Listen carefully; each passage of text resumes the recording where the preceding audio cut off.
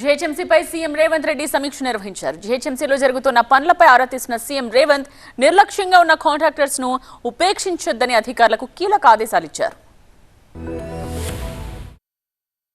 Telangana municipal administration పై సమీక్ష నిర్వహించారు ముఖ్యమంత్రి రేవంత్ రెడ్డి. దానిలో భాగంగా జీహెచ్ఎంసీ పైన రివ్యూ చేశారు. ఈ సమీక్షలో మంత్రులు Ponguleti Srinivasa Reddy, Ponnam Prabhakar, GHMC mayor Vijayalakshmi, CS Santhi Kumari, GHMC commissioner ఆమ్రపాలితో పాటు పలువురు ఉన్నతాధికారులు పాల్గొన్నారు.